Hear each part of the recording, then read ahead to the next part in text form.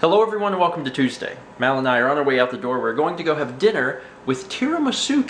If you've been watching the vlog for some time, maybe took the journey, you'll know that a little over 2 years ago I had a chance to meet Tiramisu, Chelsea, who is a friend I had known for some time but hadn't had a chance to meet in real life until then. And it just so happens that her and her family and her boyfriend Ryan are back in town, vacationing here in Myrtle Beach, and we're going to catch up with them and have dinner at Snookies. So let's go. Chelsea and Ryan. Don't be too enthusiastic. We came over to Snookies and I didn't film very quickly and their food is gone. Did you like it? Was it good? It was good. It was good. Right. Okay. Well, Mal just finished and I'm incredibly slow.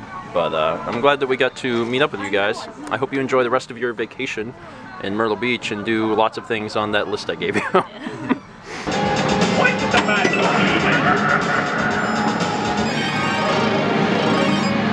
I'm a super now. Castle spins. All the way to guard. Darn it. Super monkey ball.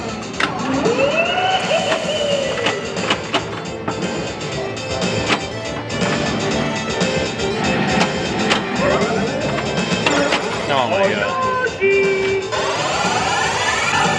Yoshi is such a nice dinosaur. Is that it? No, that's all you got. It was really great to see Chelsea again and also get a chance to meet Ryan, and we took them over to the mall where they could see the Warp Zone. So we actually played some games for a little bit. I showed you in that last clip the Super Mario Brothers pinball machine, which is actually really, really cool with all the sound effects and everything. We also played a game of Rampage and X-Men while we were there. But as fun as it was to see them again, we also stopped by Player's Choice, and they had some stuff for us, which was pretty fantastic. Lee was in there. I had asked him if there was anything good that had come in, and he goes, actually, there might be something you're interested in. So we went in the back, and there were some really nice Sega CD games. So let me show you what we got. Star Wars Rebel Assault, which all of these are complete, by the way. Rebel Assault. Pitfall. So we got a copy of Pitfall for Sega CD and Sonic CD. And this thing is perfect. I mean, seriously, perfect. We actually got the disc out and looked at it in the store. And it is perfect. And these are all complete, which is really nice. And they also had a copy of StarCraft 64, which as a game is not that great because RTS on N64 are not very good. But it's a very hard title to find. There's, I guess there wasn't very many of these made, and it's harder to locate, but got a copy of that as well. So nice little haul at the game store. And I actually think it's really ironic that on a day like today, on a day when they are announcing the next Xbox, we are buying bunches of old games. And I'm sure you guys want to hear my opinion, because if I don't answer it now, I'm going to be like plagued by everyone who wants to know my opinion of the next Xbox. The Xbox One. Let's talk about it.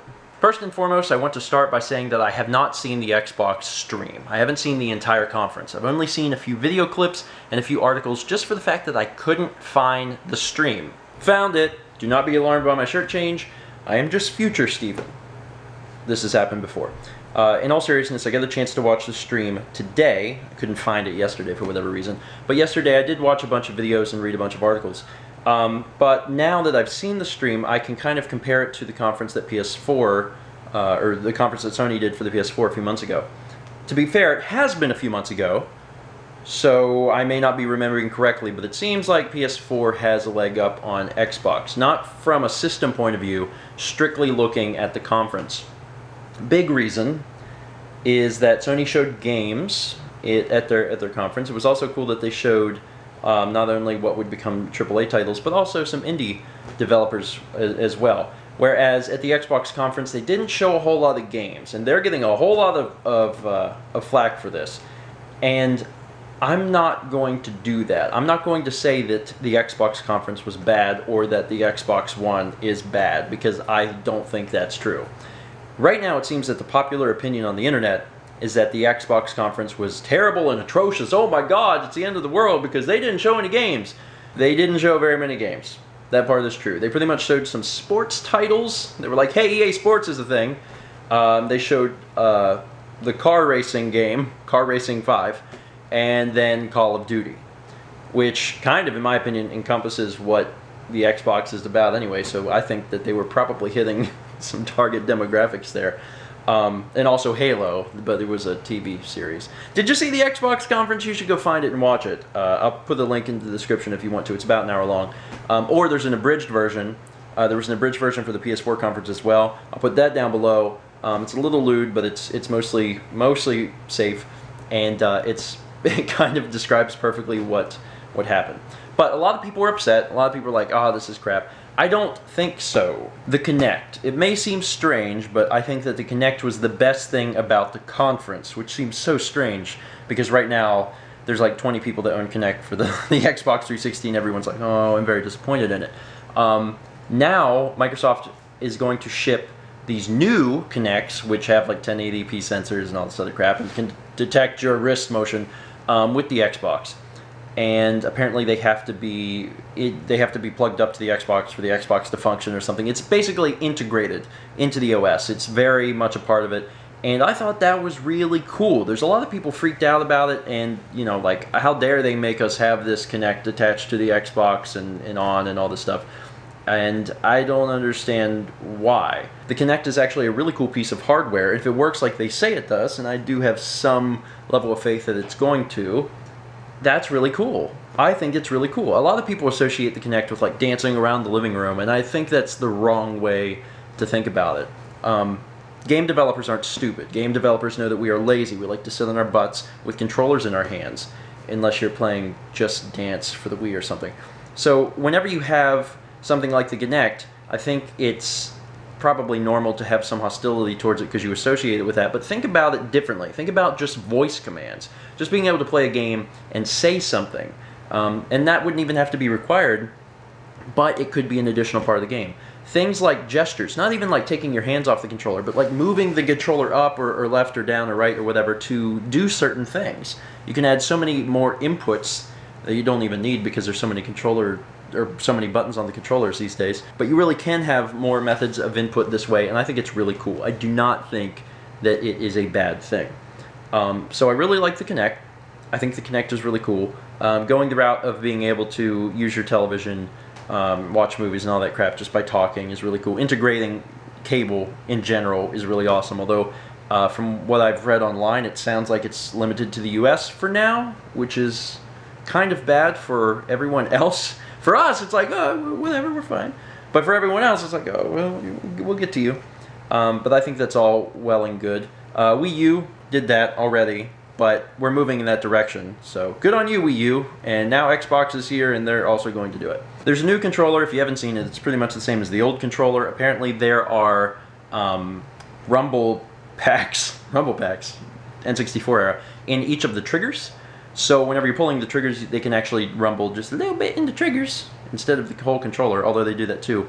From reading some reviews of people that have actually felt the controller, it seems that it's a little more balanced. There's not a battery pack thing on the back, and it just all around feels like a more comfortable controller. In my humble opinion, I feel that the 360 controller is the most comfortable controller we have. Second place, pretty close second, is GameCube controller. And nothing against Sony or the PlayStation controller, I just do not feel like it's as comfortable as a 360 controller. You can agree to disagree, that's fine. But by and large, the controllers look pretty much the same. They moved the guide button up to the top of the controller, and they also fixed, hopefully, the D-pad, which was quite atrocious on all of the Xbox systems so far. Otherwise, it's 8-core, 8 GB RAM, 5 billion transistors, whatever, because everyone lists the transisting power of their hardware nowadays. Yeah, what the crap, that was stupid. But to be fair, I kind of give, whenever they're doing these conferences, I kind of give that a buy. Really stupid crap, because everyone does that. Nintendo, Sony, and Microsoft are going to say these weird, stupid things that I'm assuming are supposed to appeal to people that don't know what this crap is. So they'll be like, wow, that one's got 5 billion. Did Sony talk about the transistors in their conference? No? It's because it's stupid. No one would ever mention that. Otherwise, I imagine that the PS4 and the Xbox One are going to be pretty much the same system. There's going to be a few features that are going to be different, but there's probably going to be a lot that's the same. Just looking at the tech specs now, they feel like very, very similar consoles, just like the PS3 and the Xbox 360 felt like very similar consoles. There's going to be a few exclusives, and that's probably what it's going to come down to. If you are a gamer, that's probably what's going to matter most to you, because it seems like a lot of the features are the same. Even down to, in the PS4 conference, there was, the DVR button. It's like, hey, if something cool happens, hit this button, you can record whatever and put it online. And then in the Xbox conference, they're like, we have that too! So it's like, how different are the consoles actually going to be? Don't know. But as far as the massive amount of hate that was coming out for the Xbox conference, I just don't see it. I understand that they didn't show very many games. I know that the PS4 conference showed, a pretty good bit of games, especially in comparison to the Xbox conference. But it's not like the Xbox is not going to have games. It's not going to be like, well, Call of Duty and EA Sports, that's it. That's the Xbox. Like, there's going to be more to it than that. So even though I don't see anything now, that doesn't bother me. Like, I'm looking at the console itself, and I feel like everything's going to be fine. I don't feel like, oh, that thing's doomed. That thing is, no. I think you should give a console about a year before you officially start saying, if there's no games or anything coming out for the console and it's been a year, then you can be like, hey, what's going on? Wii U? You are running out of time. I found it a little odd that they mentioned that there were 15 exclusive games coming, but they didn't show any of them or talk about any of them. But once again, whatever. A lot of these conferences are just bullcrap. I mean, it really is. Like, neither Sony nor Microsoft have announced a price, and some people are speculating that they're just waiting for the other person to announce the price, so they don't have to be the company that brings the bad news first. I don't even know what kind of price we're looking at. Probably $399 base model. In my opinion, if they wanted to sell a lot in time for Christmas, $299. Take a big hit on it and do $299. But I mean, they're the ones that do the company stuff. I don't know anything about marketing, so I should probably keep my mouth shut. But to wrap everything up, I'll say, screw the naysayers. I think the Xbox One will be fine. I don't think it's doomed, and I don't think the conference was all that bad. Yes, it is a gaming system, but it's also an entertainment system. Not that we actually need more, since we already have the 360 and the PS3 and the Wii U and the PS4, but you're not going to be able to get around that. Everything that you own now has to do everything, and they really want to push that. And as long as they are making advances in that technology, I think it's fine to be able to sit down and say, Xbox on, watch TV. That makes me 10 times lazier than I already am, and I think that's okay. I think that's a step in the right direction. I think it's cool being able to use things like voice commands, and I think that it would be something that I would actually use. There will be games. There will be games. The best advice I could give people is to not freak out about the conference, because most of the freaking out that I've seen has either been because there was no games, in which case, just chill, or that they were upset that the Kinect had to be a part of the Xbox. And it's just a lot of extra functionality. I do not see that as a bad thing. So, let's wait until June. We got less than a month. E3 is going to be here. There's going to be a lot of journalism, a lot of people asking questions, finding out information that we need to know. Now, on that note, I do have to end with one last thing, because everything I've talked about so far has pretty much been the conference. There have been some things that came out on some journalism sites, so I'm assuming that they're true, especially since it's bad on Microsoft's part. Things that were not talked about in the conference for obvious reasons. Actually, the first thing is pretty cool. When you put your disc, your game, into the Xbox One, you need the disc one time. It installs to the Xbox, and then you don't need the physical disc anymore. I think that's great. I think that's absolutely great. You have all of your games installed. I don't know how far a 500 gig hard drive is going to go, although they said that it's got USB 3.0 ports that you can attach external hard drive space if you want to. But overall, I like the idea of being able to install games and not needing the disc. The only problem is, if you want to lend that disc to your buddy Lenny, lend it to Lenny, you can't, because if Lenny puts it in his system, Lenny will have to pay a fee in order to use that disc.